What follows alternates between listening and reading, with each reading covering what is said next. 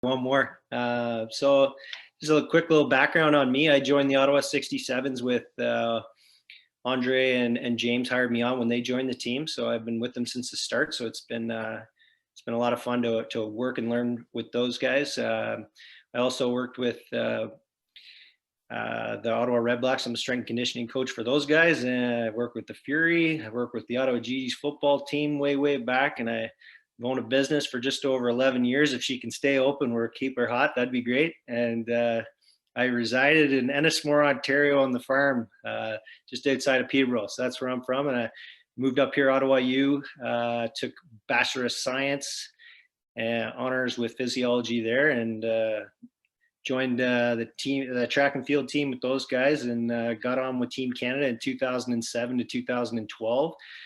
So she's been a long road, but the hockey world has been my favorite. So don't tell the football guys.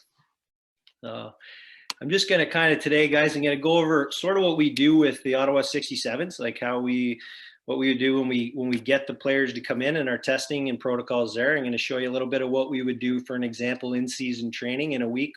And then I'll touch on a few points as we go. And then in the end, I'll kind of touch on some sort of long-term athletic development stuff that we look for the kids as they come through the program. And, I think, being Canadians, we're super proud of hockey. They have COVID signs out there to stay one stick length apart. I think we're the only place on the planet that has that. So hockey bleeds through all of our blood a little bit, I think, and I hope that some way we can all contribute to that and make sure that we continue on the legacy of great hockey in Canada. So without any further ado, let me see if I can share my screen. Let's try that. You think I'd have this down pat? Here we go. Beauty. All right. So Ottawa 67s, key to off-ice player development.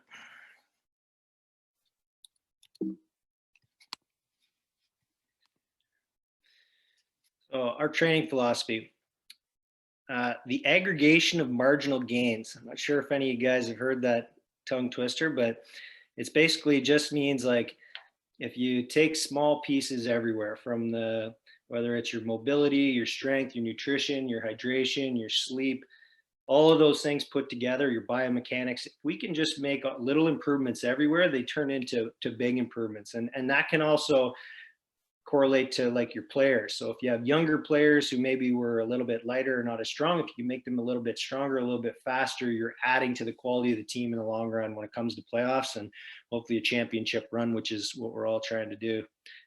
Basically, give our players the best possible player. And Andre's, it's a little saying, one of Andre's many sayings, but one I really like is we sacrifice short-term performance for long-term development. And that's really what the OHL is. It's a development league.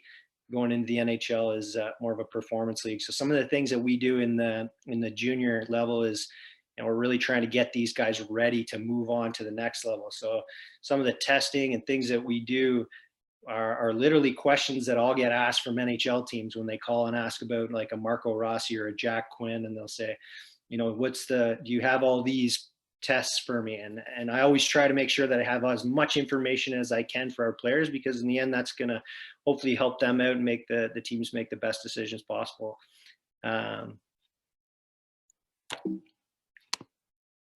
So the first thing, obviously, when we get the guys, you want to have some sort of assessment process and testing process. That's how you can always trying to measure something.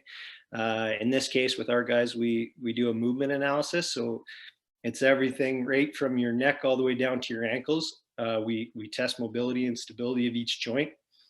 The process that we use is, see if I can move this. Process that we use is called reconditioning. So you want to have proper mobility in certain joints, and you want to have proper stability in certain joints. And sometimes what can happen, especially, in sports with rotational patterns like hockey, where, you're always shooting left, you're going to build up certain movement patterns that might deter, say, your skating or put you at risk of injury. So we always try to go back to like that core basics and make sure the guys are functioning properly.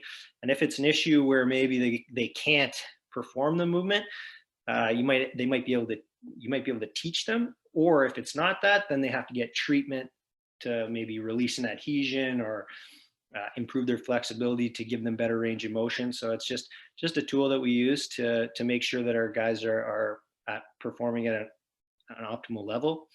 And then sprint analysis. Me with my track and field background, like I mentioned, we're big on video breakdown of the mechanics. So what my philosophy kind of is, and I work closely with Derek Miller, the skills coach, is it's if you can't do it on the ice, it's going to be a lot ideally it's easier to do it on the ground.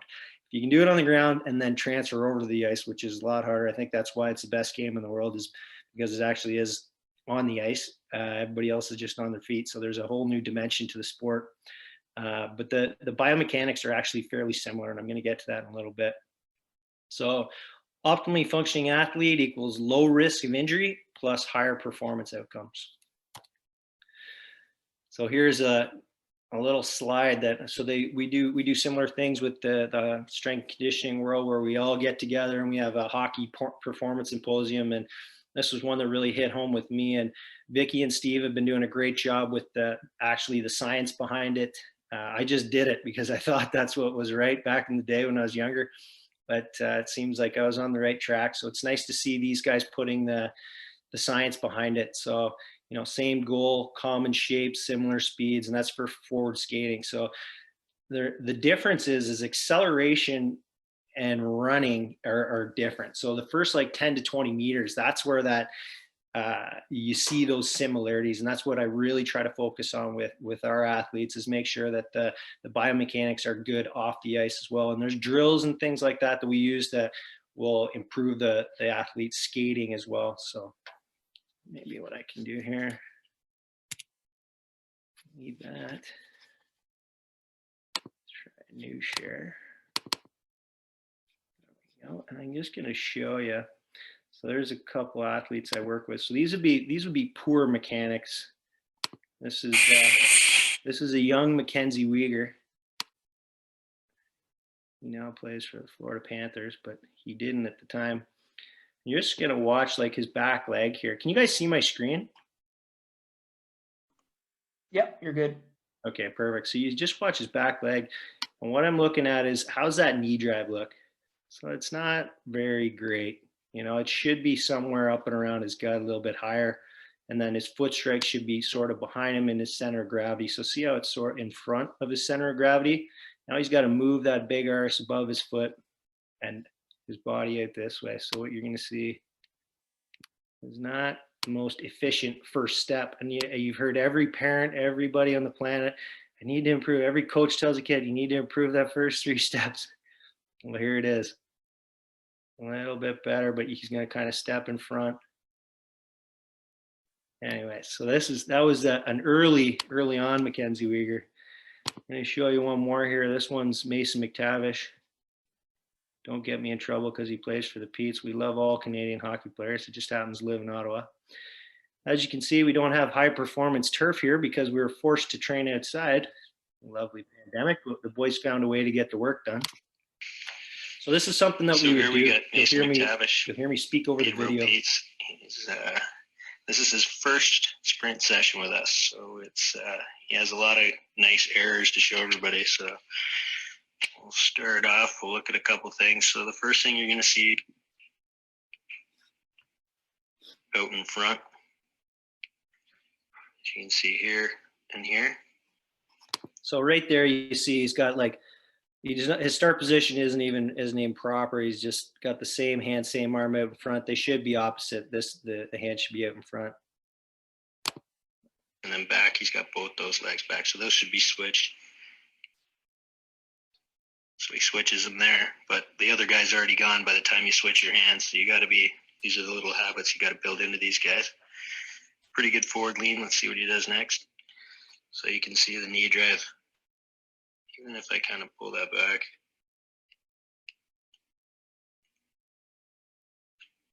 it's not that great. So ideally we have him right up into his chest. There. Let's see what he does next. Presses underneath the center of gravity, so that's good, but it's a short step for a big, powerful human. Mason's about 205 pounds. So let's see.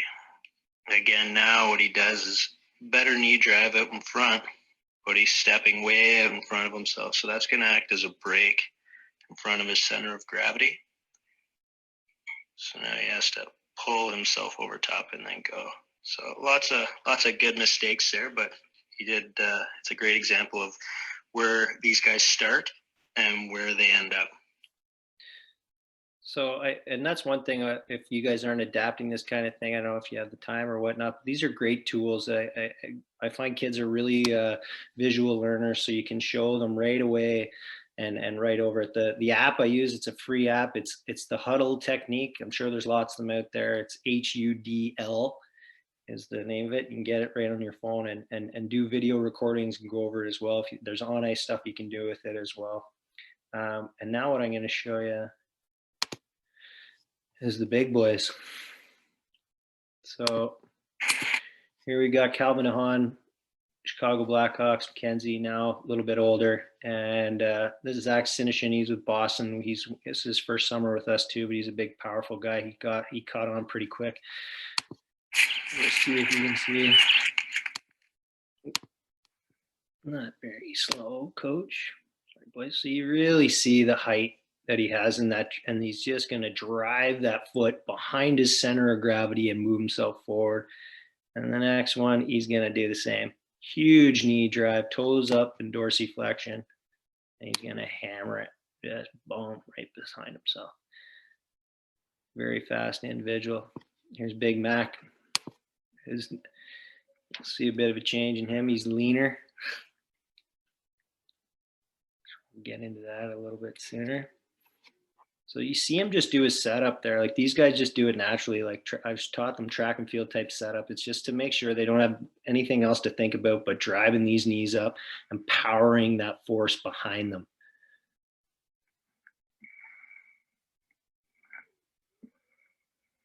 See how efficient that is? That's what you're looking for. And this is just like, there's lots of common traits you see in good skaters off the ice. The correlation, but this is one that is a constant between all good skaters. If I put Jack Quinn on there, I could put Sash Chmielewski, any of these young guys who, Graham Clark's another one. They really improved their skating by learning this stuff off the ice, and then it transferred over. I'll move on here. See Big Zach. He does a pretty good job. He's a big animal. So that is pretty much an Olympic level start. You'd probably see that on Usain Bolt. You look to draw a straight line through there and then a line from his head right down through his heel. So he's getting full extension using that big glue to his. Nice knee drive, foot's protected. He's going to drive it behind his center of gravity and move that body forward.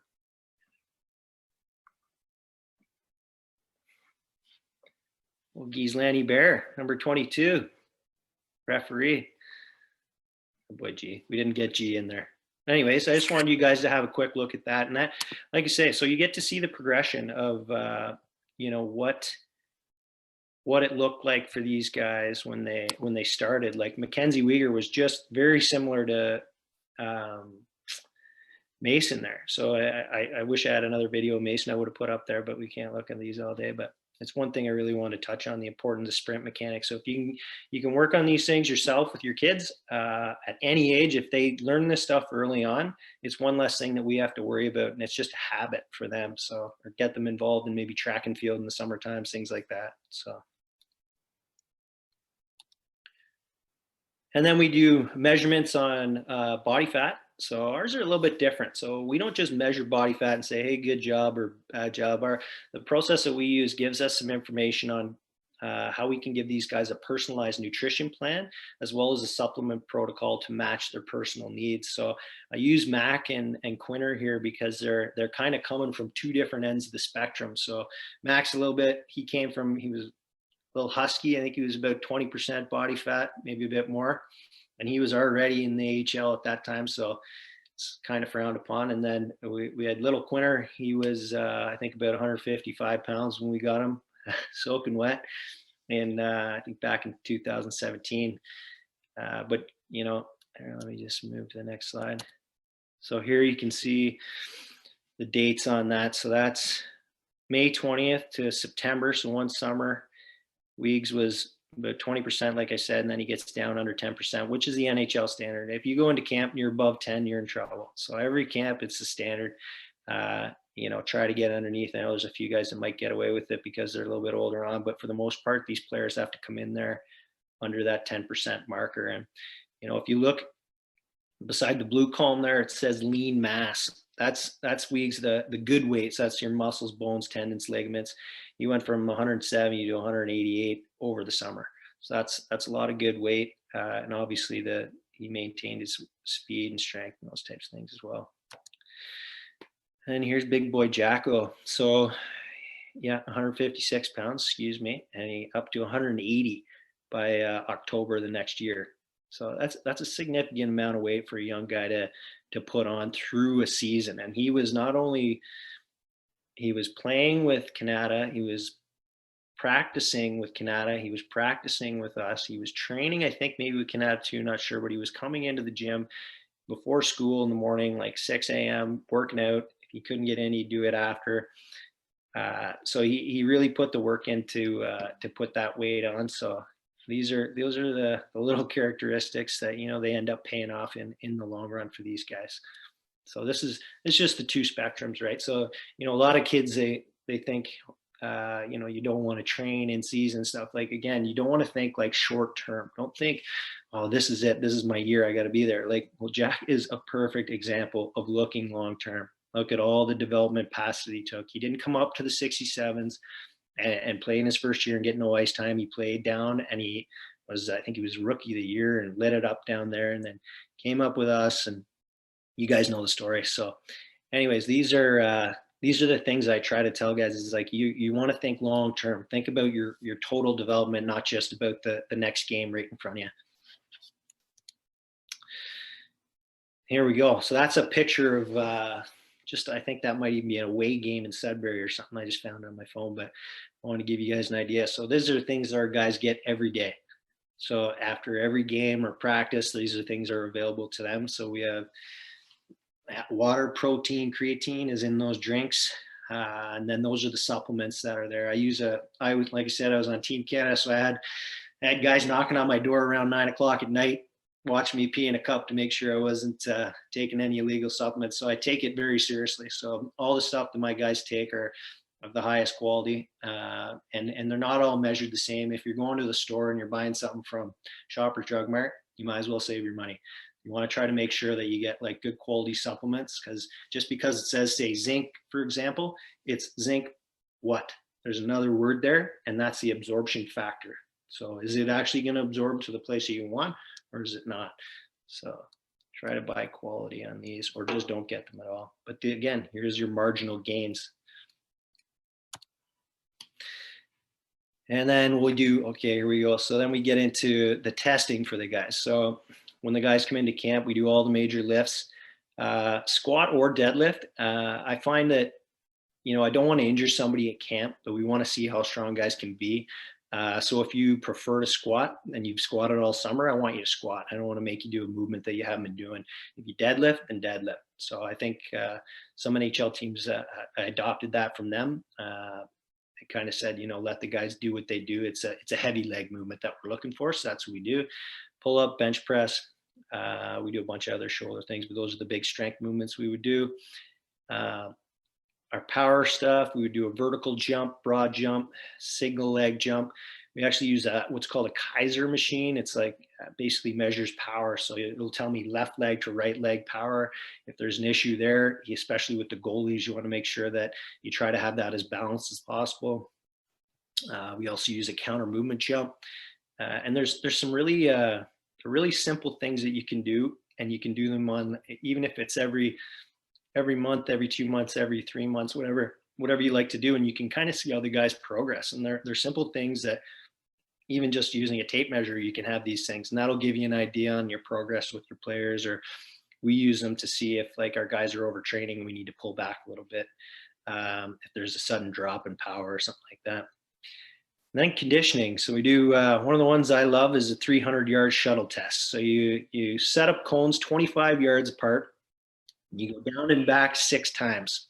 It has to be under a minute. You get 3 minutes rest. You do it again. 3 minutes rest, and you do it again. So it's a conditioning test, and every single one of those needs to be under a minute. That's one that we do. Another one that we adopted, that's a Boston Bruins one. Another one we got from Carolina, the Airdyne half mile. So you have to get on one of those air bikes, hammer that out, and they do under a minute, half mile in under a minute, 3 minutes rest, repeat it. So I don't recommend trying that home. Then we check their core. The core stuff's great. I think my core tests are pretty tough, but it's more for mental toughness, if anything. You're not the risk reward, like you're not going to injure a guy doing a plank, but you can really see, like, is he willing to stick with it? Is he going to fight for his teammates? And I think that's the biggest thing for all the coaches, because I know you guys wear a lot of hats. You're a strength conditioning coach, a therapist, a power play coach, PK coach. You do it all. So with this one, I think everybody needs to be competing. Split your guys into groups and make sure there's some sort of competition, like that another guy's counting on the other guy. They're going to work way harder when you do things like that. So a plank test, it's 3 minutes, and a side plank for 2. So again, don't recommend trying those, but they're good tests. And then for speed stuff, we do a 40-yard. Depends on the year, and see, it's a risk reward. You kind of got to be careful with that one. But the young guys, I like to do it. Older athletes, I probably wouldn't do it at camp, but with the young guys, they're a little bit more pliable and resilient, so we do it. And then I do a flying 10-yard, and then obviously the sprint analysis to see their biomechanics.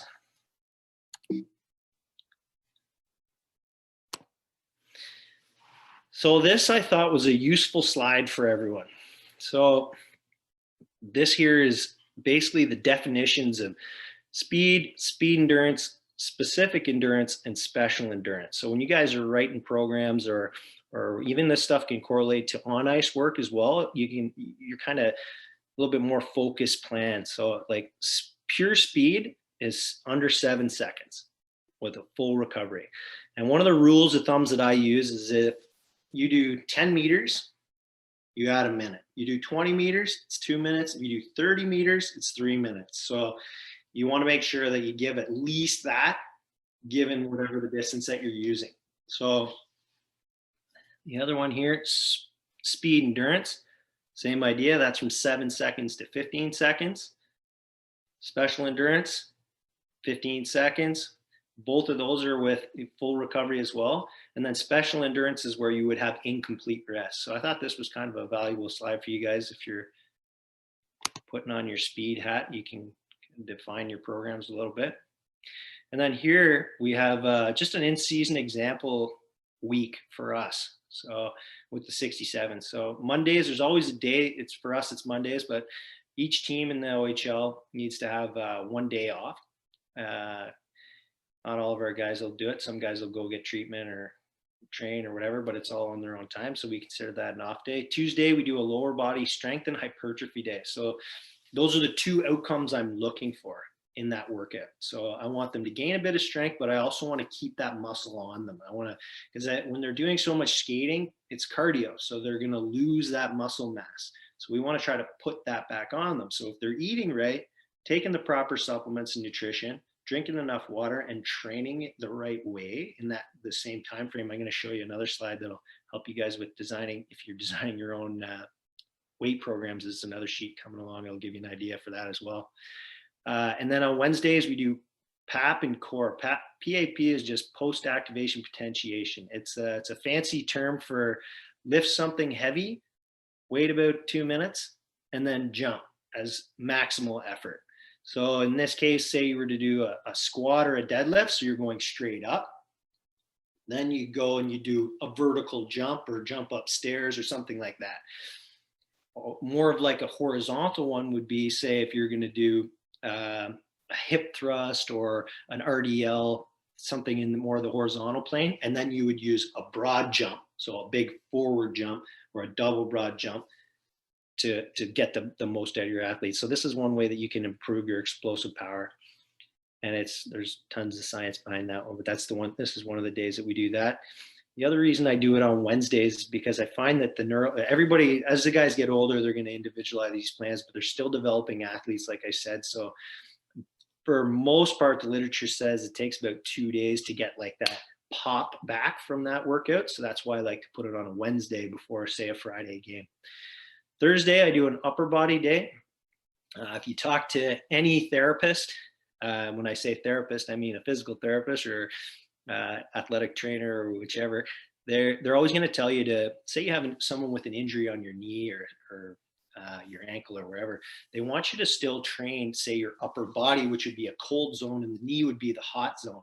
So you kind of got to leave that area alone because their legs are sort of gassed, but their recovery can actually happen and be quicker if they utilize those other areas that are actually those cold zones. So and it kind of strokes the ego a bit for the young lads anyways too. They feel good, they got a pump on their peacock and they feel good before going into Friday's game. And it's another way for us to add a little bit of muscle mass as well as add, make sure they're taking their supplements and just sticking with a good routine. So again, I focus on strength and hypertrophy on those days as well.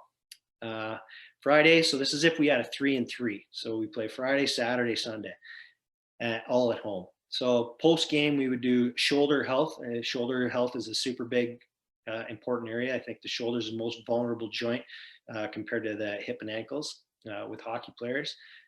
Core is obviously a huge part. And then we get into the ice tubs. We're fortunate that we have the facility that we have. But a lot of places will have at least like a small ice bath. Like some of them even use cattle troughs, like type thing, and fill them up with water and ice. And then we use fascial stretch therapy. So kind of spoil these young lads here because we have the Canadian Strength Army that comes in to help these guys out. So we'll come in on a Friday, Thursday, and we'll have a couple guys come in and stretch our whole team right out. So they'll work really hard for us and train, but then we'll get them on the table, stretch out these guys.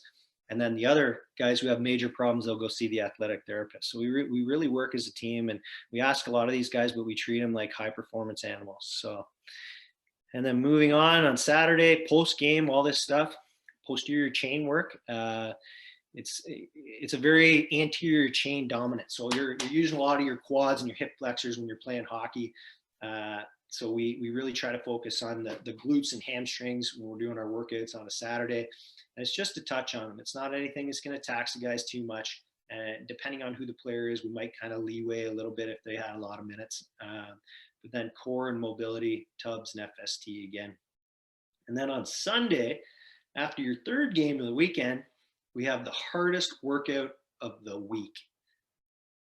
Seems a little bit off kilter, but it pays off in the long run.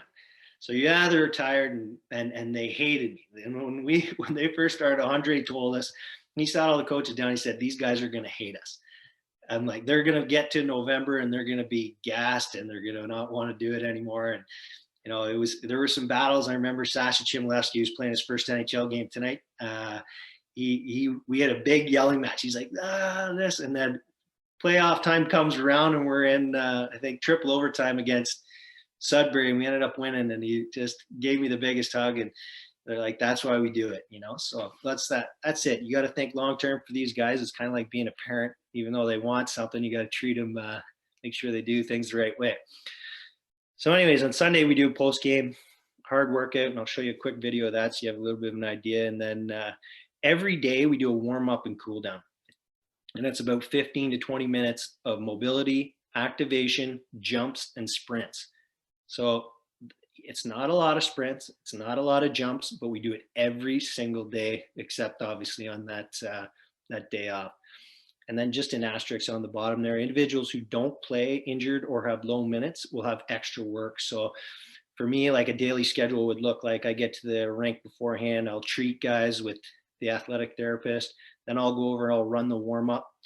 And then the guys who aren't playing or injured guys will come over to the red black side and we'll do a workout of the day, and we'll go back over, and I might treat guys in between periods with FST or NKT or get them. We always have sups for guys in between periods. It's a really professional setup if you ever get a chance to come down and have a look at it. at a game if they ever get us back going. And then after the game, we get into the workout and stuff like that. So it's as NHL as it can get, and that comes from the top down, obviously. So, and then this is that one slide that I was talking about. I thought would be very valuable to you guys. So, whenever I onboard a brand new trainer, this is their Bible. Whenever they're writing their program, so you can you see at the very top there it says rest.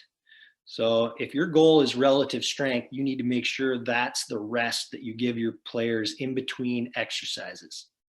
So if you're doing functional hypertrophy is kind of my favorite spot, because you're going to gain a little bit of strength, but you're also going to gain a bit of size. And that's sort of what we want, right? We don't want to just put on size and they're slow. We want them to be getting stronger as well. So depending on the guy, if they're a smaller guy and we really feel like the importance for them is to just put on the weight, then I would stick them in that hypertrophy category.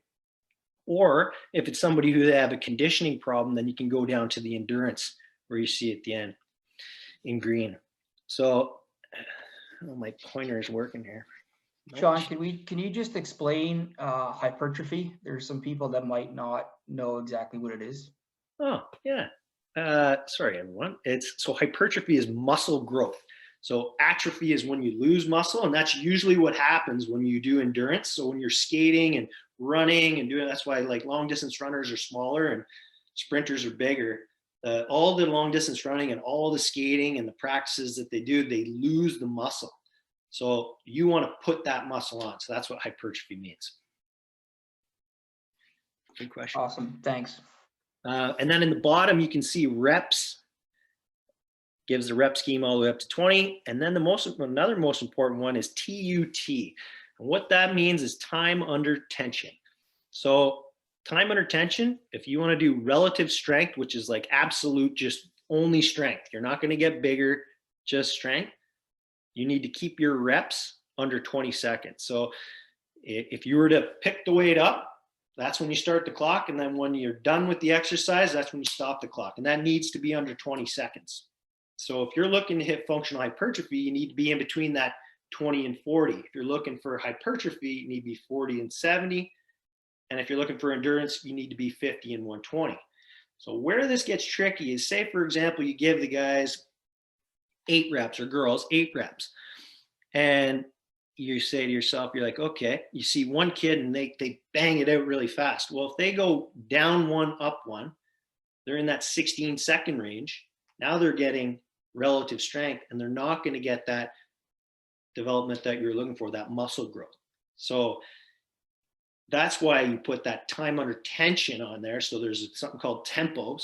And tempo is just how you execute the exercise. So if it's 4 seconds on the way down, 1 second on the way up, pauses anywhere. So it describes the rep basically. So you want to make sure you have a tempo on each rep, so then the players are doing the same workout that you actually want. Instead of just saying, okay, everybody do 10 squats, you're going to get different things. For the kid that goes really quick, he's going to just do relative strength and not get the gains that you're looking for. The kid that goes slower, if he goes too slow, he might go into hypertrophy, which is what you don't want either. So this is a nice little template for you guys. I thought that if you're getting into building programs for your teams, I thought this would be very useful. Before I get to that, let's see. I got a couple videos just to give you an idea. So this is a workout on a Sunday after 3 games.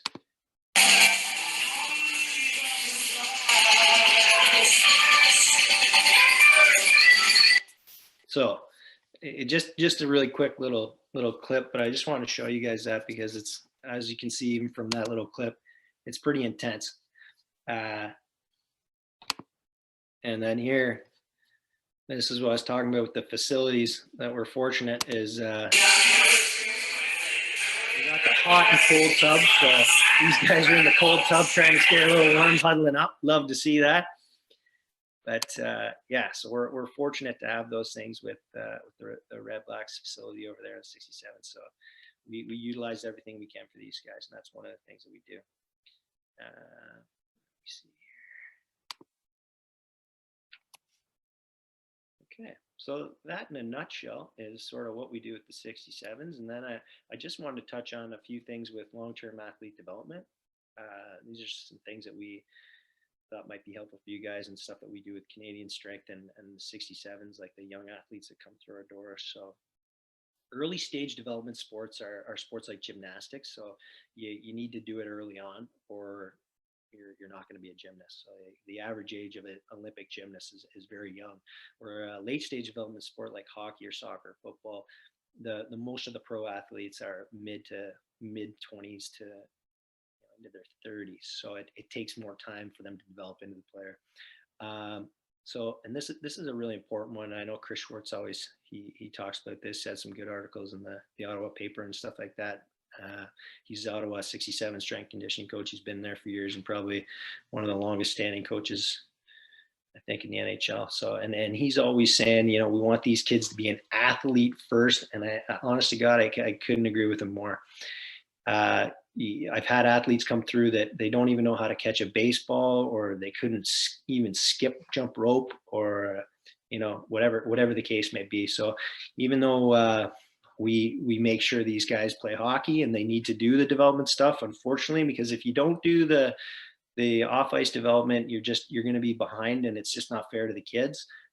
So there is that portion that they just have to put in the work to keep up with the competition, but you can't sacrifice playing other sports. So even for us in the summer times here, we would do we do a hard workout on a Friday, similar to that conditioning workout on the Sunday workout. We'll have like a competition. So whether it's football or ultimate frisbee or handball or baseball or soccer, even some days, like I literally make the guys play sports. And I think all kids should be making sure that they do that with the teams, like even in their warm up beforehand, changing it up to work on hand-eye coordination, agility, even problem solving stuff. So that's the one on the bottom there. The best athletes in the world are late bloomers, early ripe, early rot.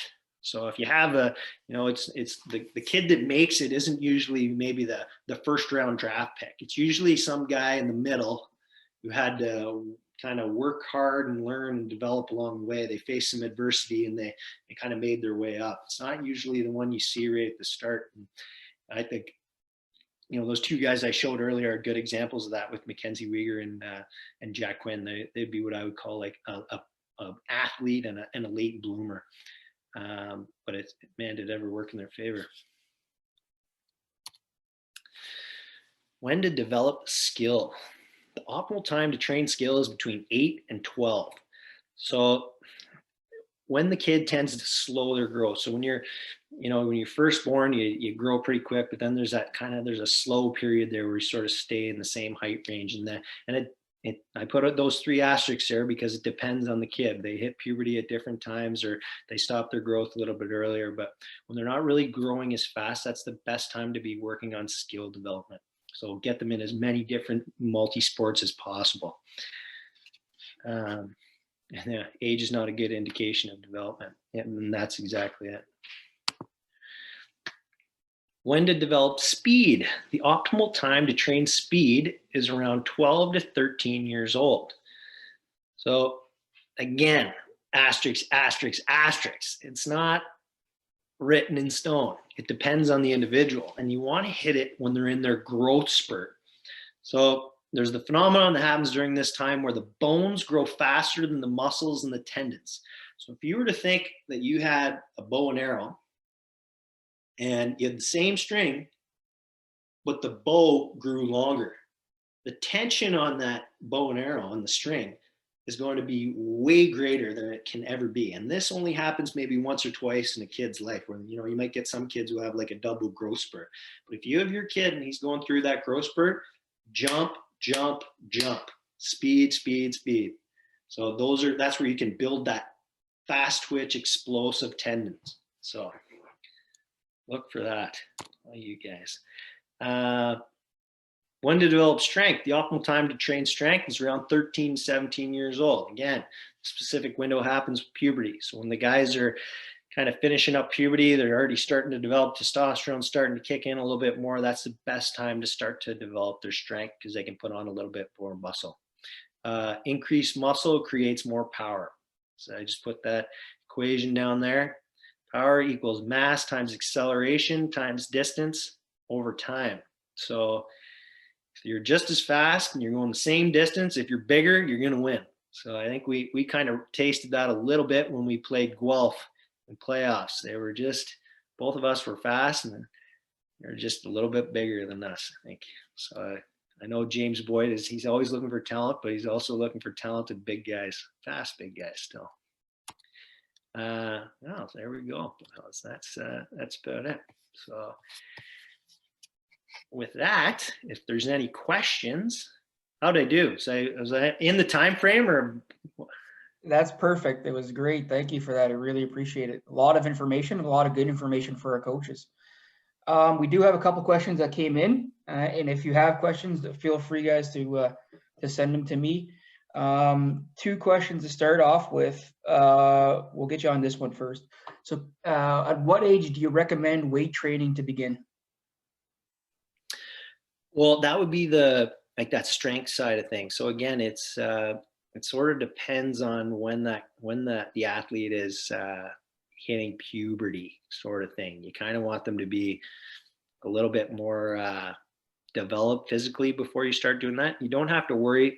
To everyone, there is no such thing as stunting a human's growth. That is a falsity. So don't think, oh, he can't do that because he's going to stunt his growth. I've seen kids that are power lifters at young ages and Olympic lifting and doing all these things.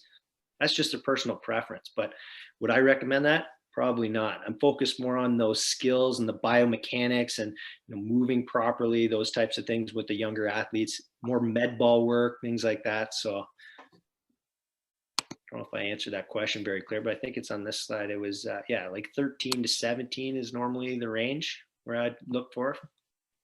13 to 17, perfect.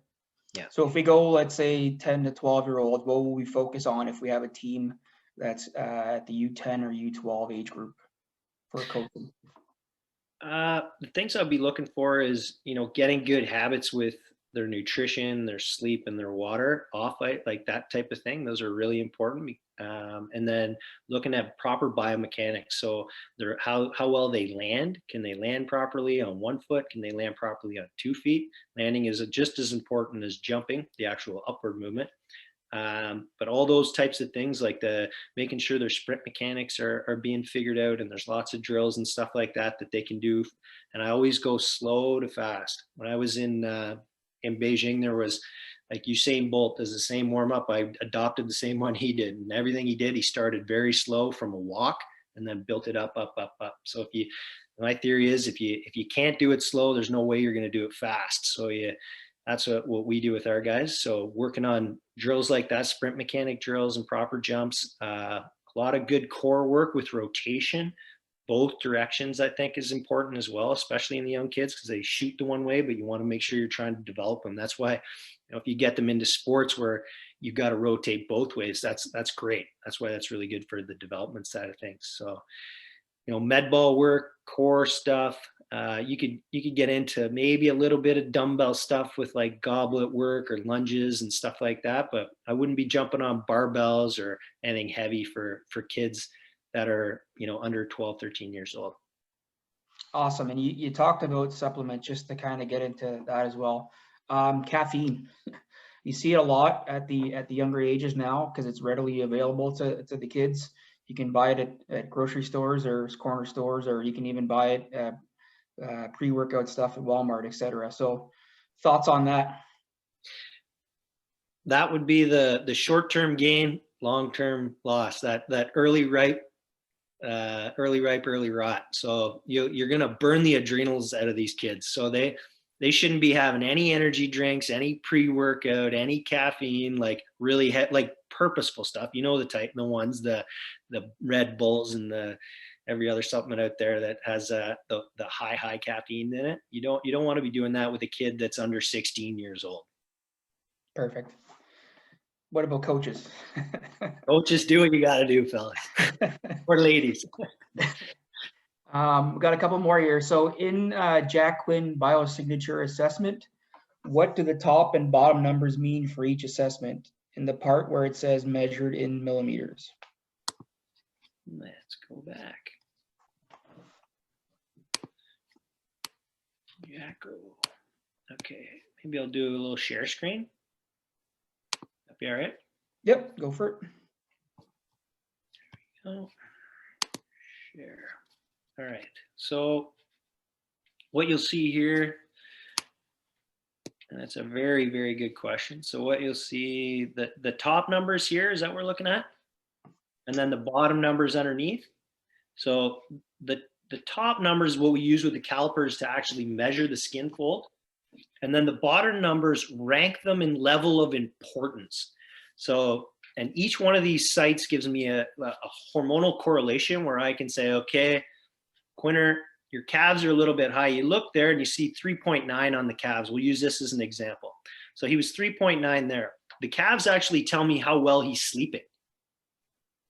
Pretty cool. So if that number's up, it's like, okay, Quinner, we got to do something to help you sleep. Well, I know that magnesium is something that will help Jack sleep, or maybe just telling him to get to bed early. You don't know, get off your phone.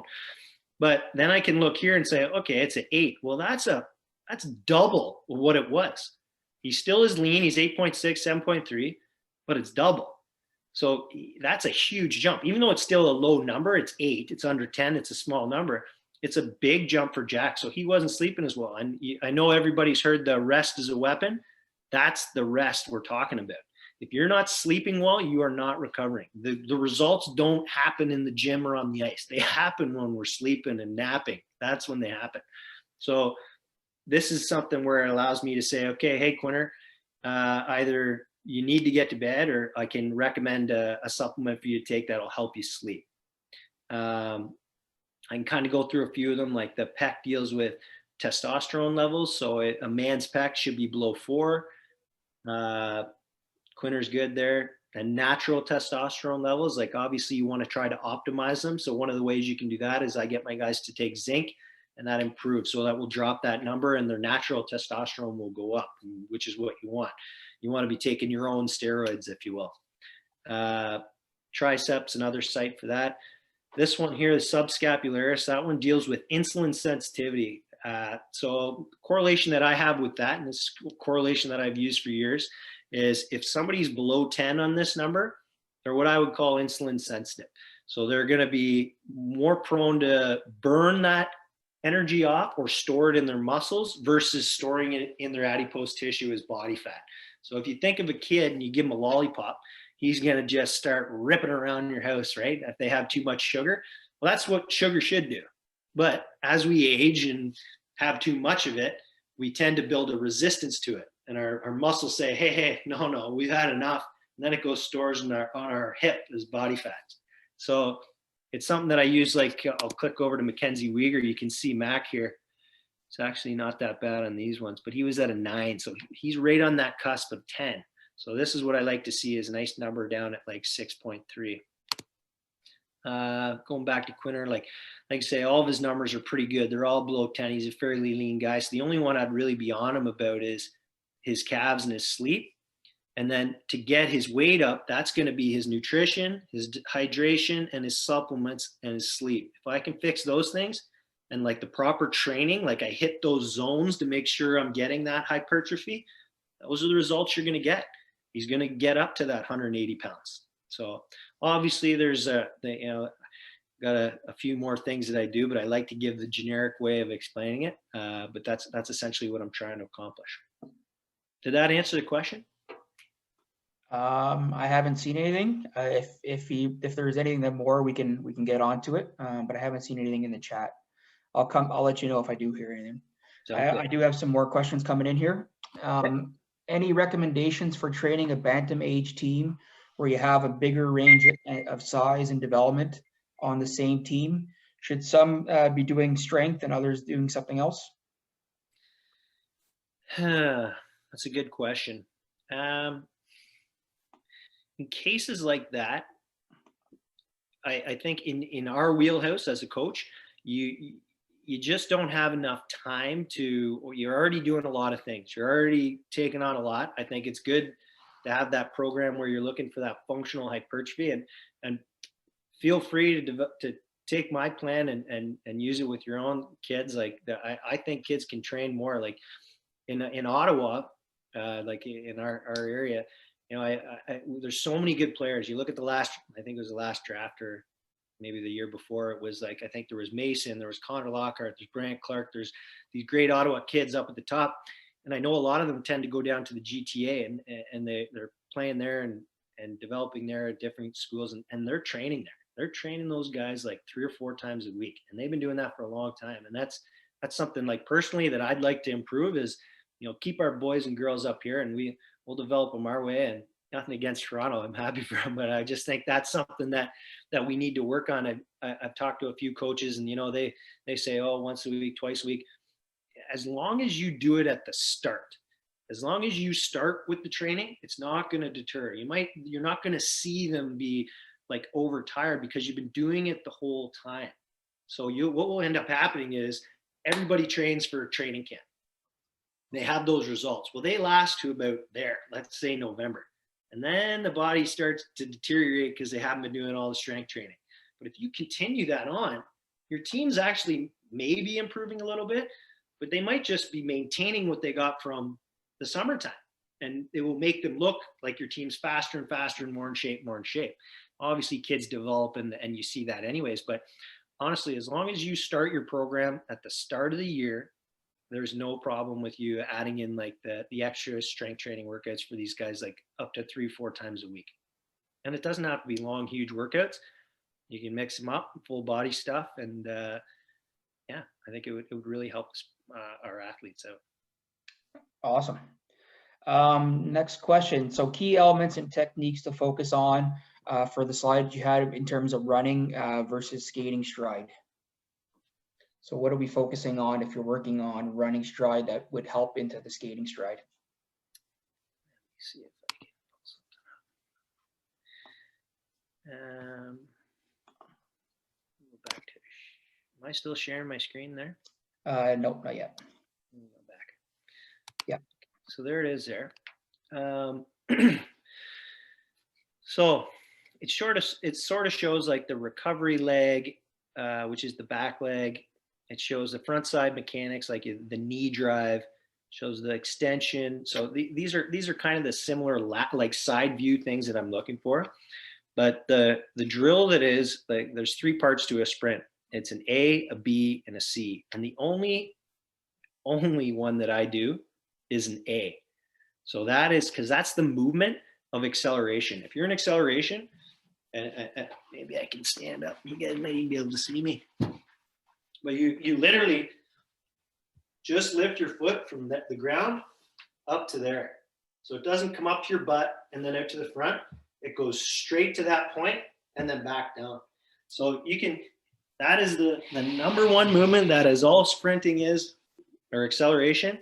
And if you can get the kids to do that, you can get into specific things about where you want them to land. More on the ball of the foot is a good one. I wonder if I've got some videos there, but that's the number one thing. If you look up A drills, that would be the thing that I would look at, and it transfers over. Make sure they're on the forefront of their skate, of their foot, because the same thing you want them to do when they're on the ice. I know Derek Miller talks about it in a skate. So if you're thinking toe to heel and you go 1, 2, 3, 4, 5, the heel, he wants you on that 1, 2, 3. He doesn't want you sitting back on your heels on the 4, 5. And I'll see a kid. If he has a kid who's on his heels too much when he's skating or turning, Marco Rossi was even one of those guys. I think a lot of defensemen, Teddy Sawyer might be one with our team we worked on, Alec Boulanger, and these guys have corrected that stuff and we do it off ice. So I really get them to focus on landing on the front side of their foot. So when they do that A march drill where they're lifting their knees up, they're landing on their heel first. Wow, they do the same thing on the ice. So if I can get them to do it off the ice, transferred over to the ice. So that would be the main thing that I would be looking for. And you can kind of see it on the foot there where they land on the forefoot, right? They don't land out on the heel. And the same thing when you skate. So, but look these guys up too, like Vicky and Steve, they've got some really good articles out that it's really nice to see, because I've been doing it as well for a long time, but I haven't been putting pen to paper. I've been in the weeds like you guys, working away. Awesome. Did that answer that question, I hope? I think we're good with that. So we got some more questions. We got a bunch coming in. So with hockey being more of a fast twitch anaerobic sport, can fast twitch fibers be developed, increase, or is it just mostly genetic? Sorry. I think there's obviously the genetics is something that it's a gift. I think that there is a portion of that there's athletes that are just going to have that natural gift, but I also believe that you can work on it.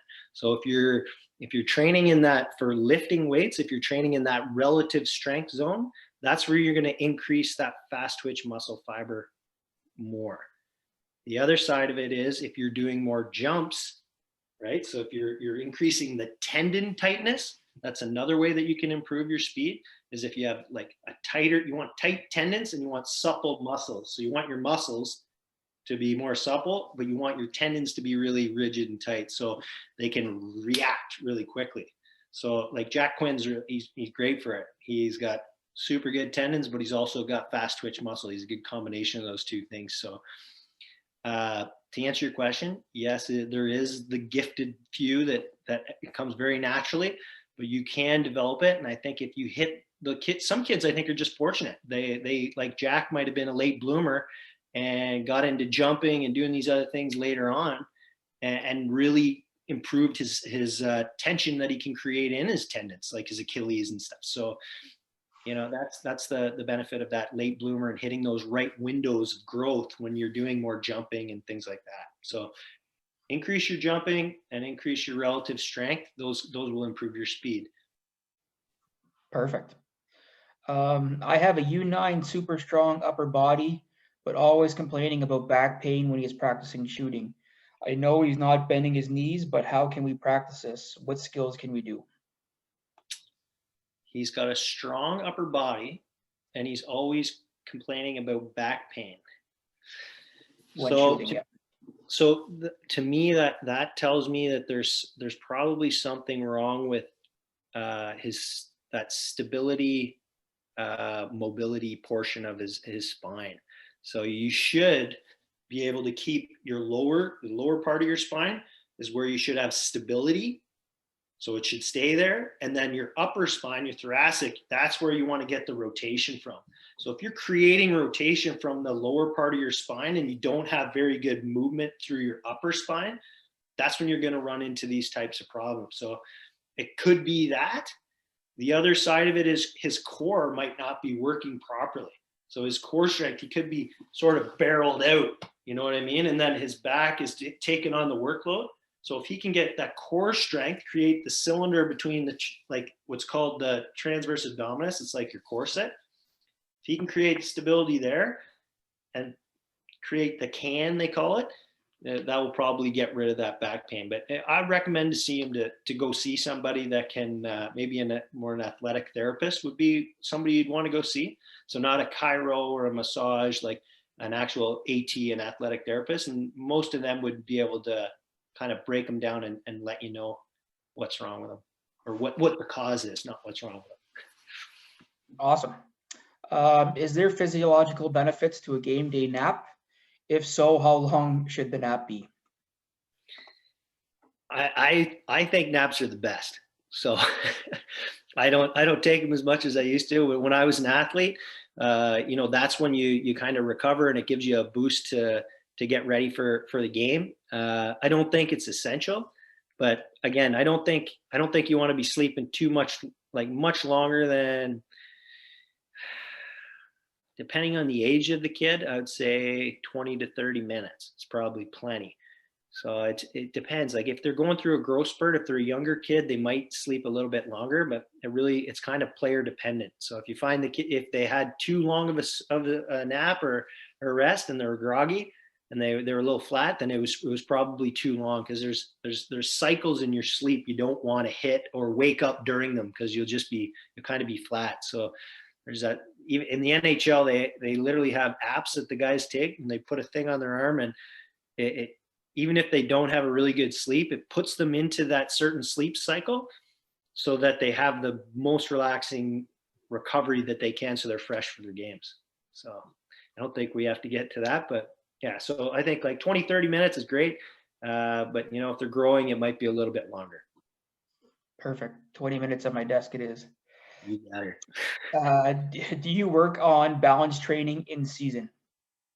Yep, we do. So balance training, like for me, what that means is like coordination, like how well, and core. So that's like your core. Like if you can stand on one leg and actually not wobble around, and you can do it with jumps, you can do it with unstable surfaces, but like your balancing stuff is a lot. I would call that more in my core category. And like you seen from our plan there, we do it all season long, and even in our warm-ups. So it's not a lot, but we'll do like 6 jumps left to right for one set for height, one set for distance.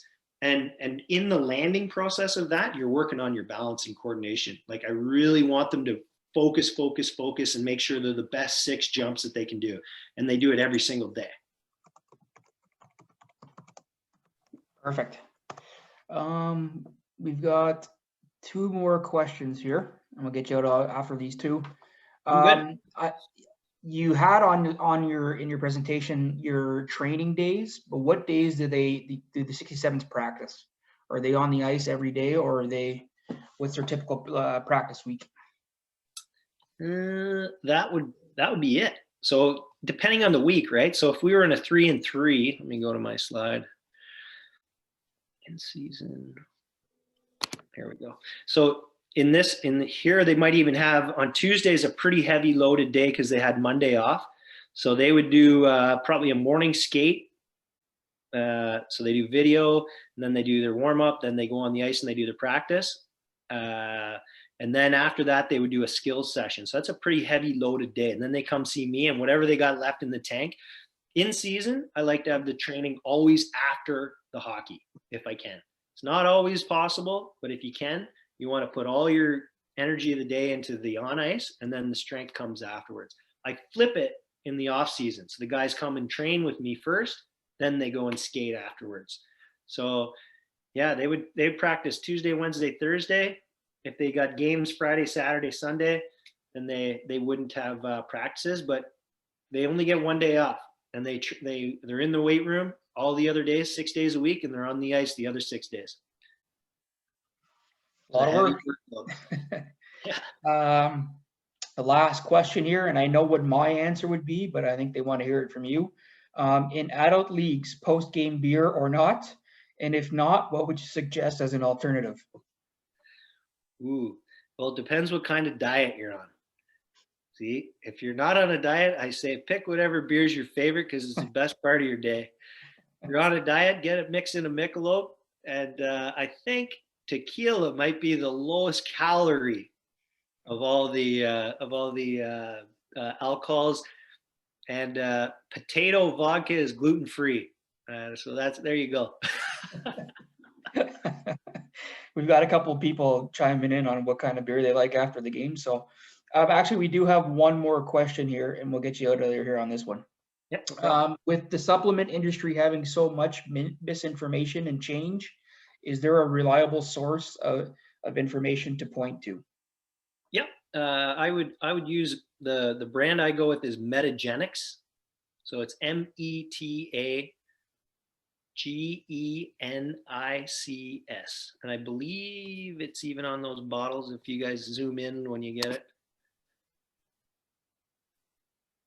Metagenics there. I can send you guys over a link too, but it's these guys work in medical grade situations. So they're working with like cancer patients and someone who's coming off an injury, and so they're the highest quality of supplement. So it's one that I use. There's other ones out there, some in the States that I like to use.